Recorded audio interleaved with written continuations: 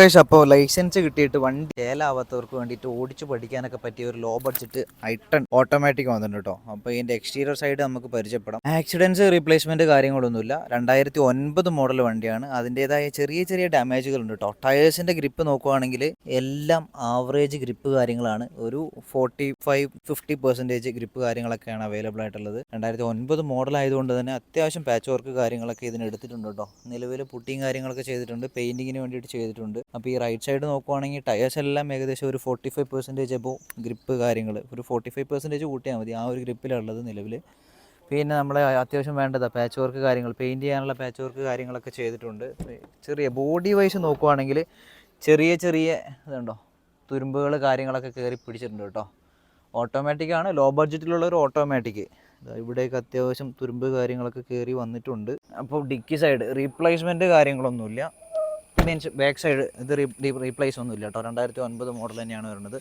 അതുപോലെ KL 13 രജിസ്ട്രേഷനിലാണ് വരുന്നത്. ഈ ബാക്ക് സൈഡ് ടയർ ഗ്രിപ്പ് നോക്കുവാണെങ്കിൽ ആ ഒരു കണ്ടീഷനിൽ തന്നെയാണ് ഇട്ടുള്ളത്. അതുപോലെ തന്നെ ഈ സൈഡിൽ വരികയാണെങ്കിൽ ഇവിടെ ചെറുങ്ങനെ ഒരു റസ്റ്റിൻ്റെ സംഭവങ്ങൾ കാണുന്നുണ്ട്. 2009 മോഡൽ, ആ മോഡൽ അപേക്ഷിച്ച് അത്യാവശ്യം നല്ല വൃത്തി തന്നെയുണ്ട്. ചെറിയ ചെറിയ വർക്കുകൾ കാര്യങ്ങളൊക്കെ ഉണ്ട് കേട്ടോ. ഇതിൻ്റെ ടയർ നോക്കുവാണെങ്കിൽ ആവറേജ് കണ്ടീഷനിൽ തന്നെയാണുള്ളത്. ഇൻറ്റീരിയർ സൈഡ് നോക്കുകയാണെങ്കിൽ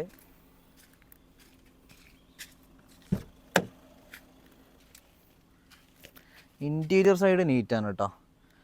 പ്രശ്നങ്ങളോ കാര്യങ്ങളൊന്നുമില്ല. നല്ല അടിപൊളിയായിട്ട് തന്നെ മെയിൻറ്റെയിൻ ചെയ്യുന്നുണ്ടെന്നല്ല ചെയ്തിട്ടുണ്ട്. അതുപോലെ തന്നെ ഗിയർ ഷിഫ്റ്റിങ് റണ്ണിങ് കണ്ടീഷനൊക്കെ നീറ്റാണ്. എൻജിൻ സൈഡ് അടിപൊളിയാണ്. ബോഡി വൈസ് നോക്കുകയാണെങ്കിൽ അത്യാവശ്യം ചെറിയ ചെറിയ വർക്കുകളുണ്ട്. പക്ഷേ വണ്ടി ഓടിക്കാൻ പഠിക്കാനൊക്കെ ബെറ്റർ ഓപ്ഷനാണ് ലോ ബഡ്ജറ്റിൽ ഒരു ഓട്ടോമാറ്റിക്. ലേഡീസിനൊക്കെ കൂടുതൽ പ്രിഫറൻസിൽ കൊടുക്കാൻ പറ്റും. 29 വരെ പേപ്പർ വാലിഡിറ്റി ഉണ്ട്. സെക്കൻഡ് RC കിടക്കുന്ന വണ്ടിയാണ്. ആകെ ഓടിയ കിലോമീറ്റർ പറഞ്ഞിട്ടുണ്ടെങ്കിൽ 75,657 കിലോമീറ്ററാണ് കേട്ടോ ആകെ ഓടിയത്. ഇനി നിങ്ങൾക്ക് വേണമെങ്കിൽ എൻജിൻ സൈഡ് ജസ്റ്റ് കാണിച്ചു തരാം. എൻജിൻ റൂം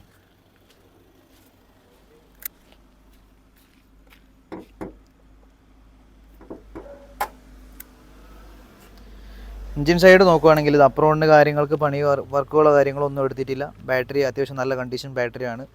പിന്നെ ഓയിൽ ലീക്കേജ് കാര്യങ്ങളൊന്നുമില്ല. ക്ലച്ച് കാര്യങ്ങളൊക്കെ ഓക്കെയാണ്. മീൻസ് ഗിയർ ഷിഫ്റ്റിങ് കാര്യങ്ങളൊക്കെ നല്ല സ്മൂത്തായിട്ട് തന്നെ വർക്കിംഗ് ആണ്.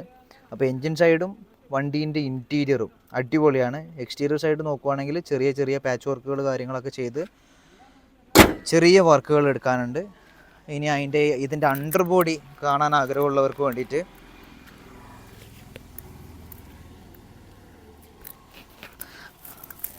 തുരുമ്പുകളോ കാര്യങ്ങളോ ഒന്നുമില്ല, നീറ്റായിട്ട് തന്നെയുണ്ട്.